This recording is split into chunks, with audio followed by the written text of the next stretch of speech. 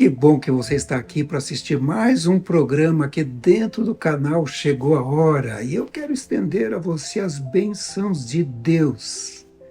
Deus sempre tem bênçãos reservadas para aqueles que estudam a palavra de Deus, a Bíblia Sagrada, né? Você com certeza tem a sua aí. Bom, na semana passada nós iniciamos uma nova série de estudos deste guia de estudo aqui, ó.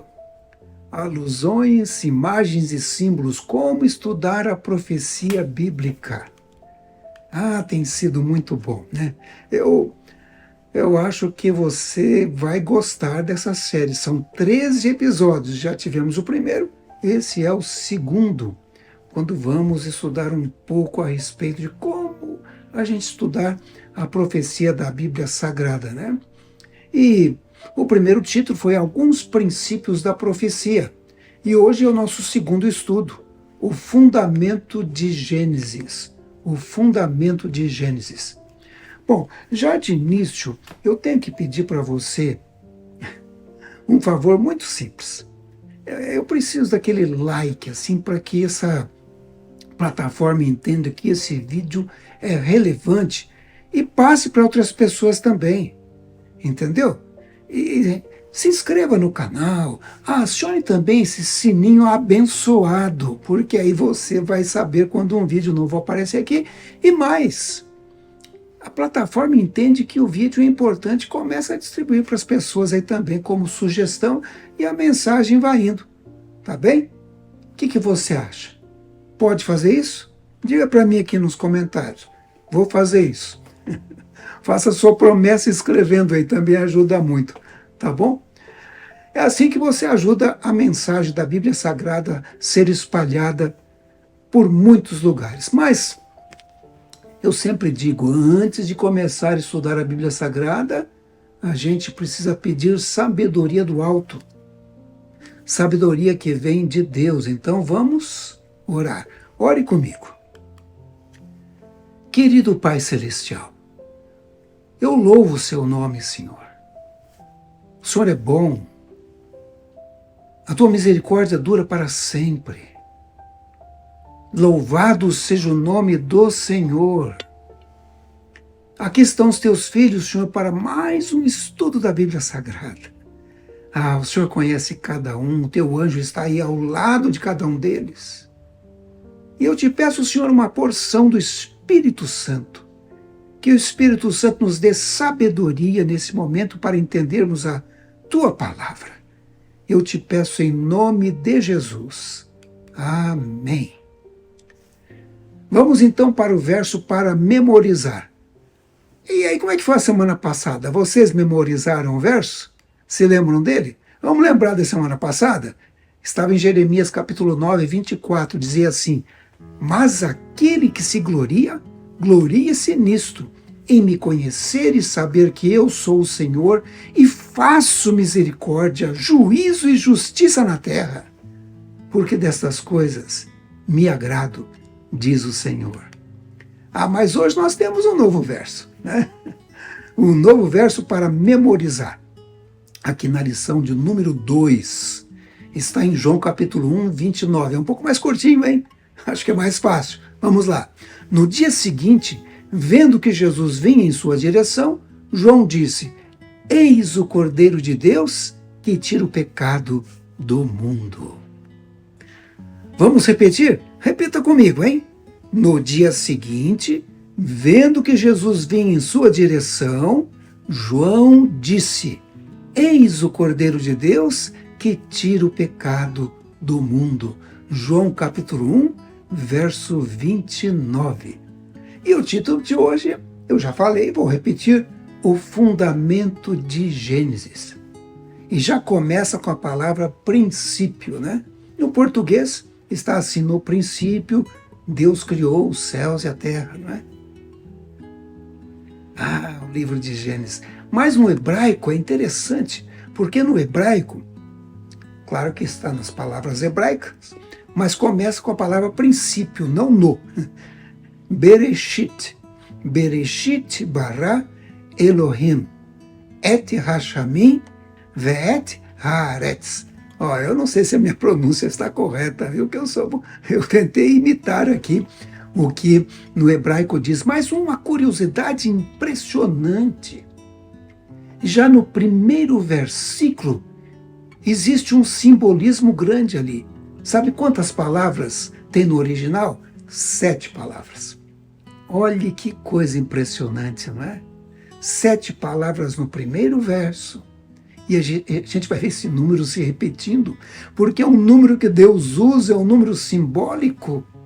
E olhe, para quem tem aqui estudado as profecias comigo, tem até um vídeo no canal sobre o número 7 na Bíblia. E o livro de Gênesis, ele cobre assim mais de 2000 anos de história. Nossa, um livro tão pequeno e mais de 2000 anos de história, que coisa impressionante, não é? Começa lá na criação, cerca de 4000 anos antes de Cristo, é aproximado, né? Aí nós temos aí o dilúvio, aproximadamente 2300 anos antes de Cristo, também aproximado. O dilúvio aconteceu 1656 anos depois da criação, de acordo com a cronologia da Bíblia. Depois nós temos os patriarcas, começando com Abraão, né? E todos os demais, ou talvez mesmo com Noé. E vai ali do ano 2100 até o ano 660 a.C., então mais de 2000 anos de história só num livrinho. Na Bíblia Sagrada, essa é a era dos patriarcas. Desde ali de Adão até Jacó, Israel, né? Mais de 2000 anos de história. E Ellen White, em um de seus escritos, ela diz o seguinte: todos os que se juntam às fileiras dos observadores do sábado devem se tornar estudantes aplicados da Bíblia, para que conheçam as colunas da verdade. Eles devem estudar a história profética, que nos trouxe ponto por ponto para onde estamos no presente. Aprender cada vez mais sobre o momento em que estamos hoje na história profética, unindo elo após elo na corrente da profecia, de Gênesis ao Apocalipse. Sabe, a Bíblia é uma linha do tempo. Começa ali no Gênesis e vai até o Apocalipse com a história do povo de Deus, com as profecias que mostram o tempo que estamos vivendo. Passa pelo nosso tempo, chegamos à volta de Jesus e o Apocalipse ainda passa 1000 anos adiante ainda. Né? Olha que coisa impressionante. Mas no livro de Gênesis, quando você olha Gênesis, você percebe ali quanta história, né? A criação, Adão e Eva no paraíso, o pecado, eles têm que sair, a primeira promessa de que Jesus viria e esmagaria a cabeça da serpente, os primeiros sacrifícios, o povo se corrompe, vem o dilúvio. Aí nós temos o chamado de Abraão, nós temos aí o Jacó, não é? Sendo chamado por Deus também, o concerto confirmado. E a história de José, lindíssima, né? Mais de 2000 anos de história em 50 capítulos. Eu gosto muito do livro de Gênesis. É um livro maravilhoso, né? Mas vamos então entrar na nossa lição, nosso guia de estudo. Você já tem a sua lição? Se não tem sua lição, entra aí na internet, né? Tem muitos sites que fazem um comentário, colocam comentário e também pode comprar, né? Não é tão caro assim. Entre aí no site da cpp.com.br e compra o seu, ou então vai numa loja da casa, uma das lojas do Serviço Educacional Lar e Saúde, próximo a uma associação da Igreja Adventista, e você pode comprar ali sua lição. Na verdade, é muito barato a lição mais simples, né? Mas que tem todo o conteúdo. Então, primeiro tema, o princípio da primeira menção. O que será que é isso? O que será que é o princípio da primeira menção? A resposta aparece na própria lição que estamos estudando. Diz assim: na primeira vez que um conceito ou símbolo é mencionado na Bíblia, especialmente nos capítulos iniciais de Gênesis, descobrimos que esse texto nos dá uma compreensão geral de tal conceito e que nos ajuda a entender como ele é usado em outras passagens da Bíblia. Segue dizendo: estudiosos se referem a isso como lei da primeira menção. No estudo geral da Bíblia, e mais especificamente das profecias, Deus transmite a verdade gradualmente ao longo da história, começando com um conceito básico e ampliando-o ao longo de anos ou séculos. Ou seja, no Gênesis, a gente tem ali o princípio, o começo. Você começa a entender a história da redenção, né? A história do planeta Terra, como começou, a nossa história. E a história vai sendo ampliada à medida que você vai estudando ou lendo outros livros, né? Inclusive os livros proféticos. Aí nós temos uma pergunta. Essa pergunta diz: que princípio vemos nesses textos que nos ajuda a compreender melhor as profecias? E temos aí praticamente 3 textos. Um está em Isaías, outro em Malaquias, o outro em Hebreus. Vamos ler. Isaías 40, versos 7 e 8. Vou ler na Nova Versão Transformadora. Diz assim: o capim seca e as flores murcham quando o Senhor sopra sobre elas. O mesmo acontece aos seres humanos. O capim seca e as flores murcham, mas a palavra de nosso Deus permanece para sempre. A palavra de Deus é eterna.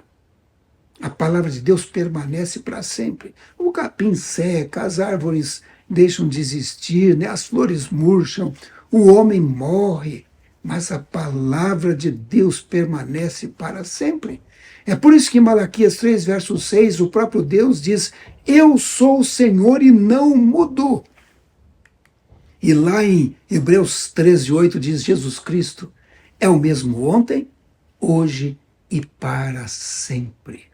Então, quando você toma a palavra de Deus, a palavra de Deus não muda. Muita gente diz assim: essa palavra de Deus aí, essa Bíblia já foi mudada muitas vezes, foi escrita há tanto tempo.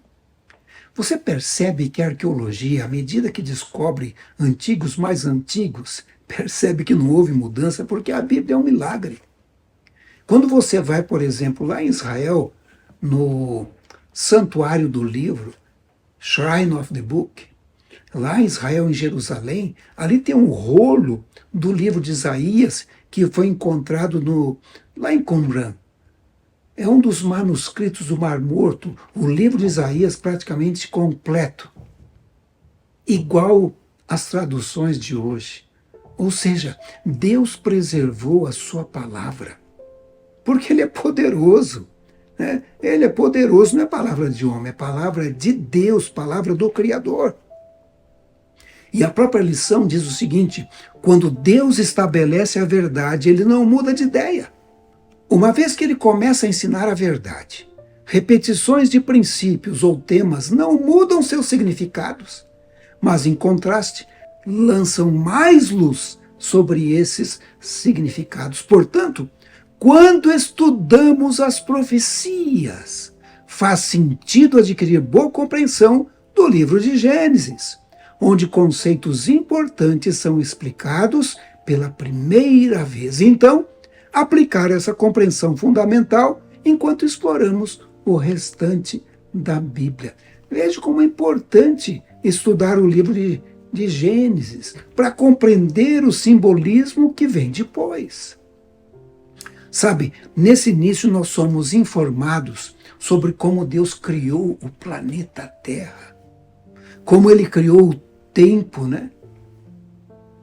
Como Ele separou o tempo ali, um dia para comunhão pessoal com Ele. Como Ele criou o primeiro casal e disse para eles: crescei e multiplicai, enchei a terra. Também aprendemos sobre a tentação de Eva pela serpente e como isso trouxe consequências para toda a humanidade. Mas é ali também no livro do Gênesis que é encontrada a primeira promessa de que o mal seria destruído. E é apresentado a Adão e Eva, e posteriormente aos descendentes deles, o plano da redenção, o plano da salvação. E Deus usou um símbolo, usou o cordeiro, né? Deus mostrou a eles como Jesus viria e morreria pela humanidade. E a gente percebe já que Adão e Eva depois Abel, depois Noé, depois Abraão e Jacó, que teve o nome mudado para Israel, seguiram o que Deus ordenou, sacrificando o cordeiro que simbolizava Jesus, que um dia viria ao mundo, o Filho de Deus, o Cordeiro de Deus, que morreria para a restauração do planeta. Então nós temos esse sacrifício de cordeiros ao longo do livro de Gênesis, né? Adão e Eva, Abel, Noé, Abraão, Jacó, simbolizando ou confiando no cordeiro que viria, aceitando o plano da redenção. Neste quadro, por exemplo, que temos, eu acho muito interessante, porque você tem uma ideia do plano da redenção. O pacto é quebrado lá no Éden, né?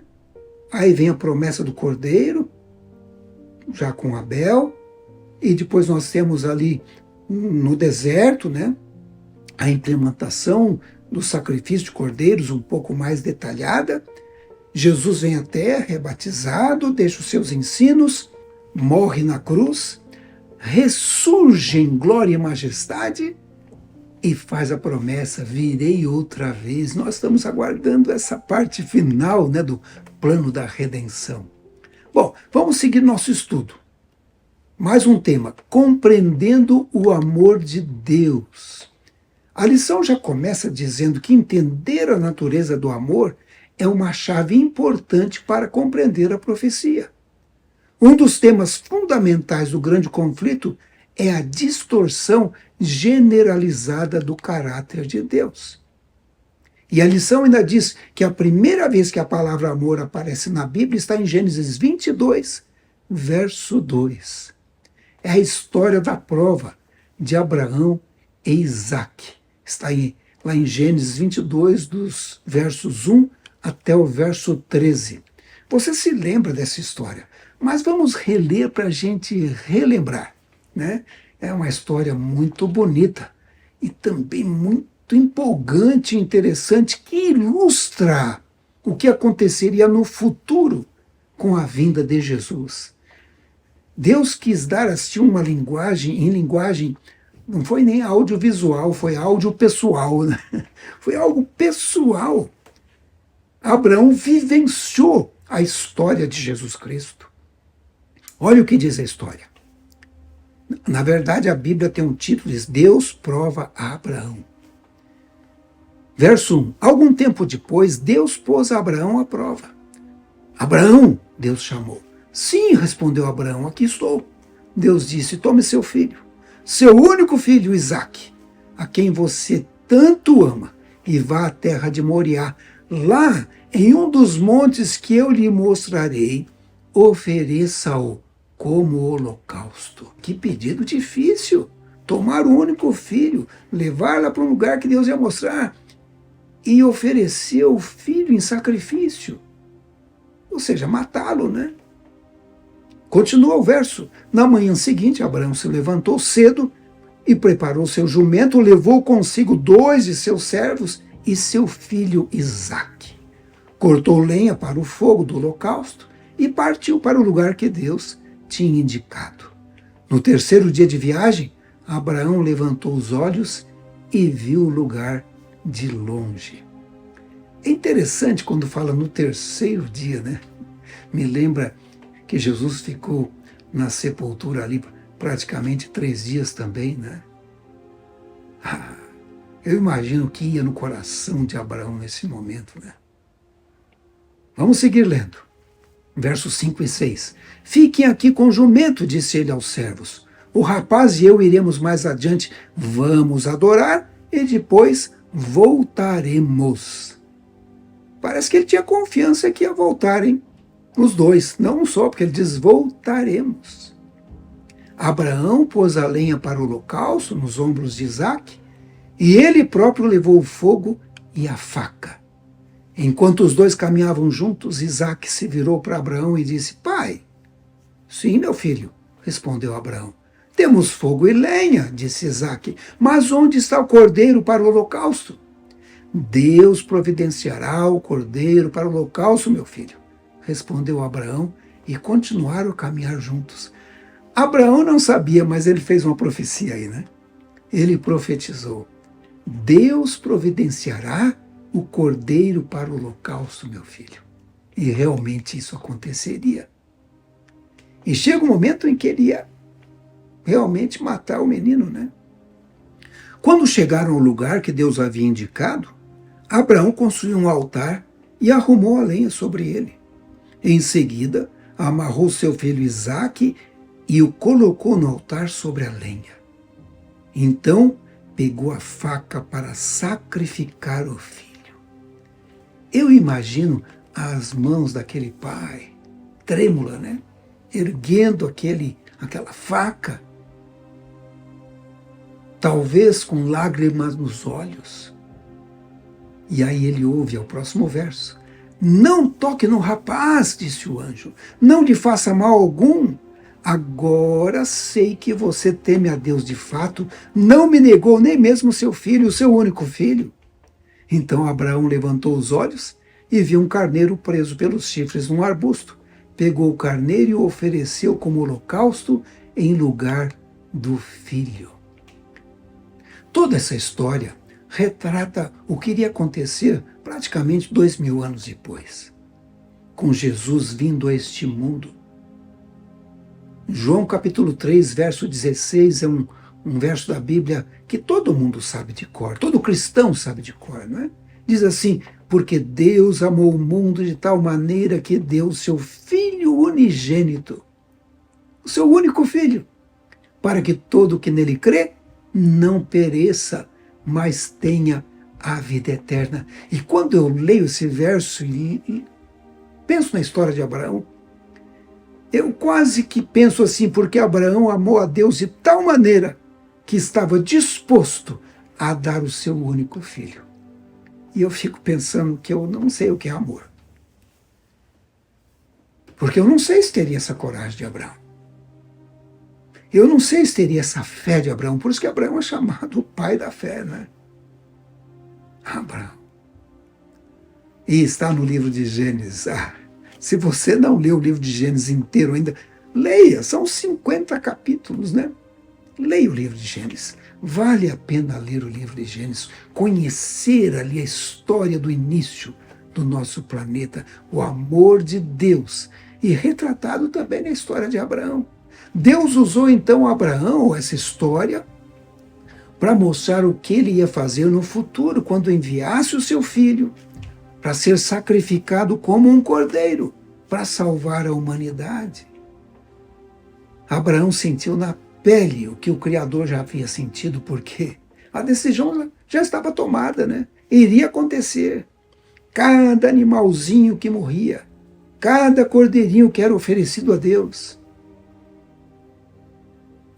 relembrando ou profetizando que o Cordeiro de Deus estaria vindo e que ele morreria pela humanidade, né? A lição tem algumas citações da escritora Ellen White. Eu tenho usado porque vocês sabem, né? Nós, adventistas do sétimo dia, cremos que essa mulher é especial, porque ela deixou alguns escritos impressionantes. Se você não leu O Desejado de Todas as Nações, História da Redenção, são livros que tratam deste assunto do plano da redenção. Eu recomendo, viu? Leia pelo menos esses dois livros. Caminho a Cristo, um livrinho pequenininho, mas poderoso, né? E no livro Caminho a Cristo, ela fala do amor de Deus, né? Na página 7 ela diz assim: a natureza e a revelação dão testemunho do amor de Deus.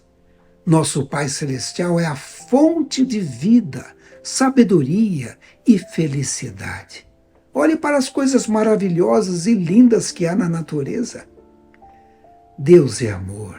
Está escrito em cada botão de flor que se abre e em cada folha que cresce no campo. Os belos pássaros que alegram o ar com seus alegres cantos. As flores perfeitas e delicadamente coloridas que perfumam o ar. As árvores frondosas da floresta, com sua exuberante e viçosa folhagem. Tudo dá testemunho do cuidado paternal do nosso Deus e do desejo que Ele tem de tornar seus filhos felizes.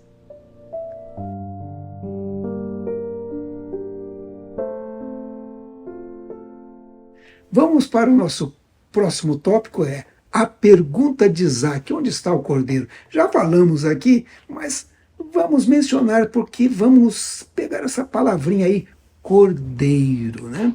Cordeiro. A palavra cordeiro aparece pela primeira vez aqui no Gênesis capítulo 22. E a história de Abraão e de Isaac nos ajuda a entender esse simbolismo, que o cordeiro simbolizava quem? Jesus. Está escrito cordeiro. Mas quando vemos o cordeiro, pensamos em Jesus. E quando a gente continua lendo a Bíblia, nós vamos vendo esses muitos sacrifícios que vão acontecendo na história bíblica, né? Vejam, por exemplo, lá no povo de Israel, quando eles foram libertos, antes de sair do Egito, foi instituída a Páscoa. E ali foi oferecido o cordeiro pascual, ou cordeiro pascal, né? E a cada ano eles rememoravam esse episódio, matando um cordeirinho, embora houvesse ali o sacrifício depois no tabernáculo também, né? No deserto. Mais tarde, no templo de Jerusalém, os sacerdotes oferecendo também, tudo apontava para o sacrifício que Jesus faria. E assim durante séculos, né? Séculos, na verdade, se pegar desde Adão e Eva até a morte de Jesus, cerca de 4.000 anos, a figura do cordeiro estava sendo fixada na mente do povo de Israel. E mesmo agora, 6.000 anos depois da criação, quando a gente fala Cordeiro de Deus, que vem na mente? Jesus. Né? Quando Isaac perguntou lá ao seu pai Abraão, onde está o cordeiro? Abraão disse, Deus vai providenciar o cordeiro. E séculos mais tarde, quando Jesus chegou até João Batista, e João Batista iria batizá-lo. E a Bíblia conta a história. Diz assim, viu João a Jesus que vinha para ele e disse, eis o Cordeiro de Deus que tira o pecado do mundo. João capítulo 1, 29. Note que João Batista já olhou para Jesus e percebeu que aquele homem divino, não é? Porque Jesus era humano e era divino. Era uma pessoa diferente, era o cordeiro que viria cumprir aquelas profecias que durante séculos foram sendo feitas sempre que um cordeiro era oferecido. Eu vou ler um trechinho desse livro que eu mencionei agora há pouco, O Desejado de Todas as Nações. Diz assim, quando no batismo de Jesus, João o apontou como o Cordeiro de Deus, nova luz foi projetada sobre a obra do Messias. A mente do profeta foi dirigida às palavras de Isaías, como o cordeiro foi levado ao matadouro. Está lá em Isaías 53, no verso 7. Durante as semanas seguintes, João estudou com novo interesse as profecias e os ensinos sobre o serviço sacrificial. João também estudava as profecias, olha, as profecias do tempo dele. Por isso que é importante a gente estudar as profecias, né? Chegou a hora de estudarmos as profecias, né? Vamos para o próximo tema, lidando com a morte. Não é fácil, hein? Mas a primeira menção à morte está no Gênesis. Vamos ler então, diz assim, tomou, pois, o Senhor Deus ao homem e o colocou no jardim do Éden para o cultivar e o guardar. E o Senhor lhe deu esta ordem, de toda a árvore do jardim comerás livremente, mas da árvore do conhecimento do bem e do mal não comerás, porque no dia em que dela comeres, certamente morrerás. Deus avisou. Aliás, ele sempre avisa. Eu tenho um vídeo aqui no canal chamado Avisos de Deus, onde eu digo que Deus sempre avisa o que ele vai fazer. E Deus avisou, olha, se vocês comerem dessa árvore, vocês vão morrer. A morte vai entrar neste planeta. E realmente entrou de uma forma muito triste. Aparece lá em Gênesis, no capítulo 4, dos versos 8 até o 11, diz assim: Disse Caim a Abel, seu irmão, vamos ao campo. Estando eles no campo, sucedeu que se levantou Caim contra Abel, seu irmão, e o matou. Disse o Senhor a Caim: Onde está Abel, teu irmão? Ele respondeu: Não sei. Acaso sou eu o tutor do meu irmão? Disse Deus: Que fizeste? A voz do sangue de teu irmão clama da terra a mim. És agora, pois, maldito por sobre a terra, cuja boca se abriu para receber de tuas mãos o sangue de teu irmão. Que coisa triste, né? Aquela primeira morte, de uma forma tão trágica, destruiu a família, né? Destruiu a família completamente. Separou a família ali, né? Ellen White, no livro Patriarcas e Profetas, outro livro fantástico, ela diz: o assassinato de Abel foi o primeiro exemplo da inimizade que Deus declarou que existiria entre a serpente e a semente da mulher, entre Satanás e seus súditos e Cristo e seus seguidores. Sempre que pela fé no Cordeiro de Deus uma pessoa renuncia à prática do pecado, a ira de Satanás é despertada. Quando Caim, movido pelo espírito do maligno, viu que não podia dominar Abel, irou-se de tal maneira que destruiu a vida deste. Onde quer que haja alguém que defenda a justiça da lei de Deus, o mesmo espírito se manifestará contra tal pessoa. Na verdade, Caim ficou ali com inveja, ficou com raiva, ficou com ódio e acabou matando seu irmão. Que coisa triste. Essa primeira morte, né? Essa primeira morte entrando na terra. E dali para frente só tem morte e destruição. Eu tenho até um livro lá em casa que chama Terra, Planeta Morte. É porque é muita morte. A gente teve uma noção aí da questão de como morre gente quando começaram a contar mortes na pandemia, né? Começaram a contar as mortes, né? Antes não contava. Se contar hoje também a gente assusta. Porque é muita gente que morre diariamente. E a lição, inclusive, diz que a morte é o salário do pecado. Está na Bíblia, né? Romanos 6, 23. A penalidade que recebemos por termos sido desconectados da única fonte de vida, o Criador. Assim, a morte tem papel importante nas profecias, tanto na sua realidade quanto, ainda mais importante, sua solução, encontrada apenas em Jesus e em sua morte e ressurreição. A morte é o salário do pecado.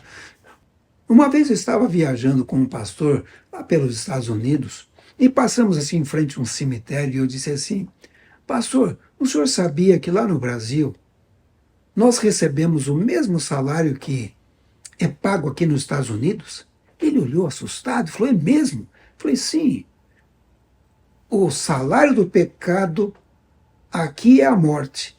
E lá no Brasil também é a morte, né?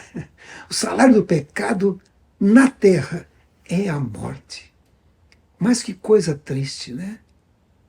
Infelizmente, não era assim que Deus tinha planejado. No livro Grande Conflito, Ellen White diz: a imortalidade prometida ao ser humano, sob condição da obediência, foi perdida pela transgressão, enquanto a morte passou a toda a humanidade, porque todos pecaram.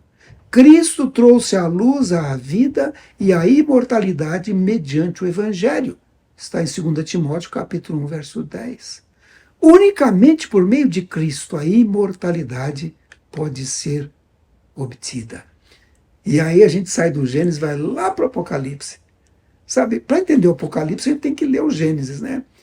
Um está ligado com o outro. Aliás, a Bíblia toda está conectada. Mas quando a gente fala de imortalidade, a gente vai para o fim da história. Apocalipse 21, dos versos 1 a 4, olha que promessa maravilhosa. Diz assim: vi novo céu e nova terra, pois o primeiro céu e a primeira terra passaram e o mar já não existe. Eis o tabernáculo de Deus com os homens. Deus habitará com eles, eles serão povos de Deus, e Deus mesmo estará com eles e lhes enxugará dos olhos toda lágrima. E a morte já não existirá, já não haverá luto, nem pranto, nem dor, porque as primeiras coisas passaram. Ah, que promessa maravilhosa! Existe morte hoje, mas o Cordeiro de Deus veio, morreu na cruz do Calvário, ressuscitou em glória e majestade, foi para o céu e vai retornar, e ele prometeu que os mortos em Cristo ressuscitarão primeiro. Impressionante. Vamos ver mais um símbolo que aparece aí. Esse símbolo é a serpente, né? Que aparece também no Gênesis. Lá em Gênesis, nos capítulos 3, do verso 1 a 5, mostra como é que a serpente apareceu ali. Diz assim: a serpente era o mais astuto de todos os animais selvagens que o Senhor Deus havia criado. Certa vez, ela perguntou à mulher: Deus realmente disse que vocês não devem comer do fruto de nenhuma das árvores do jardim? Podemos comer do fruto das árvores do jardim, respondeu a mulher. É só do fruto da árvore que está no meio do jardim que não podemos comer. Deus disse: não comam e nem sequer toquem no fruto daquela árvore. Se o fizerem, morrerão. É claro que vocês não morrerão, a serpente respondeu à mulher. Deus sabe que no momento em que comerem do fruto, seus olhos se abrirão e, como Deus, conhecerão o bem e o mal. Notem que ele fez uma promessa aqui, né, ou uma afirmação para Eva, né, que é conhecer o bem e o mal. Grande vantajão conhecer o mal, né? Você falou assim, eu quero conhecer como é que é receber um choque 220, e você toca o dedo na tomada 220. Grande vantagem, né? É preferível escutar alguém que já sofreu esse acidente. Eu vou sofrer um acidente para ver o que acontece. Não, você não precisa provar o mal. Infelizmente, tem gente que tem provado o mal. Agora, essa serpente que aparece no Gênesis, ela aparece também no Apocalipse. Só que no Apocalipse, parece que a serpente cresceu, ela aparece como um dragão. É um dragão vermelho, bicho esquisito. Diz lá em Apocalipse 12, dos versos 1 ao verso 9. Leiam comigo. Então foi visto no céu um grande sinal, uma mulher vestida do sol, com a lua sob os pés e uma coroa de 12 estrelas na cabeça. Outro sinal foi visto no céu, um enorme dragão vermelho, com 7 cabeças e 10 chifres, e 7 coroas nas cabeças. O verso 7 diz: houve guerra no céu. Miguel e seus anjos lutaram contra o dragão e seus anjos. O dragão perdeu a batalha, e ele e seus anjos foram expulsos do céu. Esse enorme dragão, a antiga serpente, chamada Diabo ou Satanás, que engana o mundo todo, foi lançado na terra com seus anjos. Perceberam aí? Quando a gente lê lá o livro de Gênesis, a gente encontra o inimigo de Deus na forma de uma serpente enganando e influenciando a mulher. E depois de Eva, esse inimigo passa a influenciar a Caim, e daí por diante vai influenciando os adeptos, até que influencia o mundo todo. Deus tem que enviar o dilúvio, né? Aí Deus dá um recomeço na terra, mas o diabo também recomeça o seu trabalho de enganar e destruir. E aí em Apocalipse 12, esse inimigo aparece não mais como uma serpente, mas como um dragão vermelho. Mas no verso 9, diz que esse dragão é a antiga serpente, chamada Diabo e Satanás, o adversário de Deus, o adversário de Miguel. E revela ainda que esse conflito começou no céu antes da criação do planeta Terra, onde esse anjo e seus anjos, 1/3 dos anjos, na verdade, de acordo com Apocalipse 12, se rebelam e lutam contra Deus e são expulsos dali, né? Esse ser era um ser cheio de luz e agora é um dragão. E é lançado na terra. E ali no Éden, ele começa o seu trabalho de enganar. E esse trabalho de enganar, diz Ellen White, já dura quase 6.000 anos. Quase 6.000 anos de destruição e engano. Finalmente, ou felizmente, né, o livro do Gênesis já profetizou, já predisse o que aconteceria com a serpente. Ali foi apresentado o plano da redenção, a promessa de um libertador, a promessa de um redentor, de alguém que destruiria a serpente. Uma profecia que já previa a morte da serpente aparece em Gênesis. Gênesis capítulo 3, verso 15, diz assim: farei que haja inimizade entre você e a mulher, e entre a sua descendência e o descendente dela. Ele lhe ferirá a cabeça e você lhe ferirá o calcanhar. Ou seja, a destruição já estava predita ali. Quando Jesus veio a essa terra, ele disse como é que seria destruída a serpente. Está lá em Mateus capítulos 25, verso 41, diz assim: em seguida o rei se voltará para os que estiverem à sua esquerda e dirá: fora daqui, malditos, para o fogo eterno preparado para quem? Para o diabo e seus anjos. Não foi preparado para o ser humano, mas é que algumas pessoas insistem em ficar agarradinho com o diabo, agarradinho com os demônios, e aí vão ser destruídos no lago de fogo e enxofre, como também é mencionado no Apocalipse, né? Mas o destino dos ímpios, o destino do diabo, o destino dos anjos do diabo não precisa ser o seu destino, não precisa ser o nosso destino. O Cordeiro já veio, o plano da redenção está em curso, existe um final glorioso neste plano. Qual é o final? Vou colocar a figura de novo aqui. O final é a volta de Jesus e a restauração do planeta Terra. O livro Caminho a Cristo, na página 10, diz assim: por meio da transgressão as pessoas tornam-se súditas de Satanás. Por meio da fé no sacrifício expiatório de Cristo, os filhos de Adão podem tornar-se filhos de Deus. Assumindo a natureza humana, Cristo eleva a humanidade. Os seres humanos decaídos estão colocados em um lugar onde, por meio da conexão com Cristo, podem verdadeiramente tornar-se dignos de ser chamados de filhos de Deus. Então, nós podemos nos tornar novamente filhos de Deus. Na verdade, eu acho que você já aceitou ser filho de Deus, não é? É só aceitar o sacrifício de Jesus em seu benefício. Talvez aí onde você está, você queira fazer esse compromisso com Deus, compromisso com o Cordeiro Jesus Cristo, ou então renovar o seu compromisso. Diga comigo: querido Deus, eu aceito o sacrifício que Jesus fez por mim lá na cruz do Calvário. Por favor, me perdoe e me salve dos ardis da serpente, da maldade, da destruição do dragão. Divino Espírito Santo, conforme a decisão que eu tomei agora, continue intercedendo em meu favor. Eu te peço, Senhor, em nome de Jesus. Amém. Muito obrigado, meu Deus. Muito obrigado, meu Pai.